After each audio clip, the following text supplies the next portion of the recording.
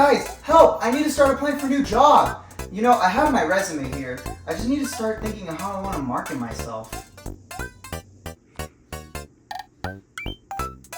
Yeah, that'll set me apart. Marketing! A way for companies to entice you to spend your money on this! Everybody likes to buy stuff, just look at everybody. But they also like to feel justified in their purchase. And companies like to embellish their products to make them appealing to more consumers. Friendship is a two-way street after all. So making a catchy tagline or some kind of rhyme will ensure your business will have a great time. I'm applying for marketing. What do you think? And video game companies are no exception. Marketers need a reason to push lupus into your life. Sure, playing Sonic 2 might be enough of a selling point, but for that price, I should be able to slice and dice food and cover my embarrassing bald spot. Sonic 2 handles stubborn stains, embarrassing bald spots, no problem. It even slices and dices, makes thousands of julienne fries.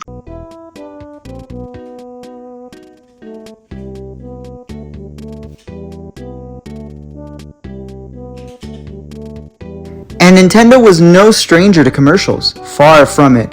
One of their early commercials had various characters from their games telling the viewer, "You cannot beat us," whose voices sound like they were being strangled underwater. Then there was the iconic Zelda rapping commercial, but one notable commercial released in 1986 gave Nintendo their first slogan. System.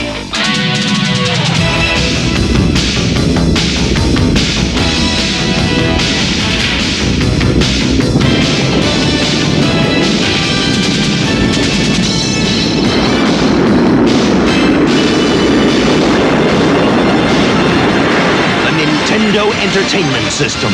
Now you're playing with power.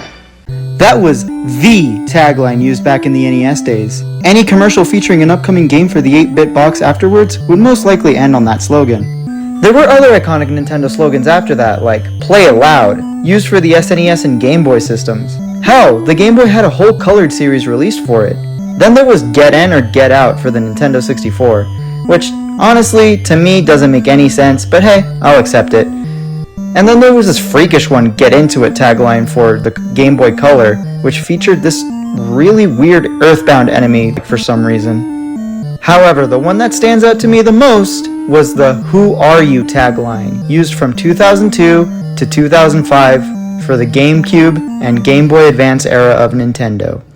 This was used in quite a few commercials during the GameCube generation and definitely was a unique way to sell you on their games. Guys, GameCube sales are down! What do we do? Hold on, who are you? That's it! Like, what the hell does "Who Are You" even mean in this context? I just saw a bunch of kids run out of their school to make it to the release of Super Mario Advance 4 or Super Mario Bros. 3. Then they all of a sudden have Mario heads and they're asking who I am? Who am I? Who are you? I kept seeing commercials like this with this tagline, and it always intrigued me as to what the goal was for advertising the game. Which, I mean, I guess that means the marketing worked on me. "Who Are You" was a marketing stunt that Nintendo created to try and help push the sales of the GameCube.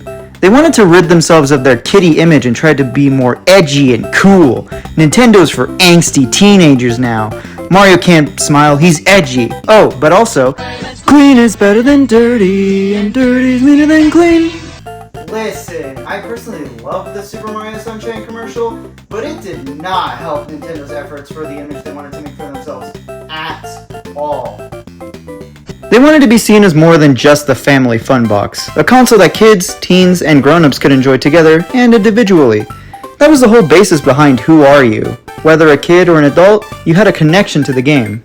And Nintendo's mascots were sort of that link between you and the game. Pardon the pun, but that's actually the reasoning behind the hero's name. Apart from representing the link between different time periods during the original game's development, the name Link was kept to represent the link between the player and the game.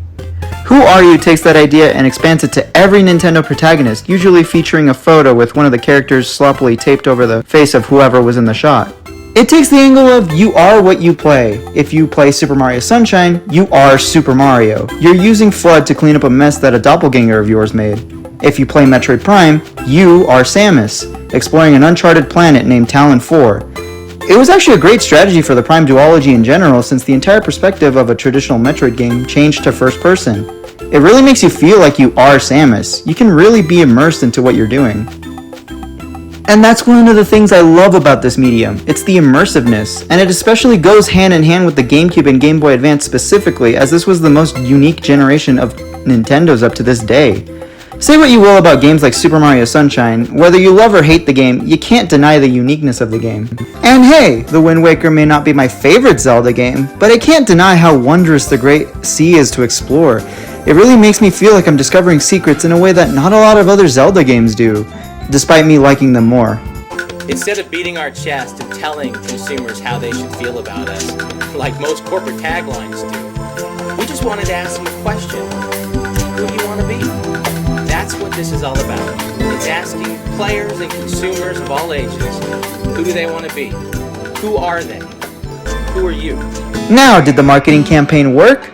I will say it did see moderate success. However, the GameCube did end up being the worst selling console of Nintendo's up to that point. And it's a shame really, since the system had fantastic first-party support. But you know the story. The PS2 dominated the market at the time, and the Xbox narrowly managed to steal second place. Did better than the Dreamcast though. And it sucks as a GameCube fan, because the GameCube has a special place in my heart. Not just for the games, but also the way the company and their characters were portrayed at the time. It had a nice homely feel to it.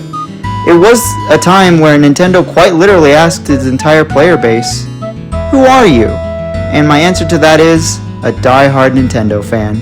But hey, maybe I should learn from Nintendo's mistakes and up my marketing game. And hey, I finally got accepted into that marketing position that I wanted.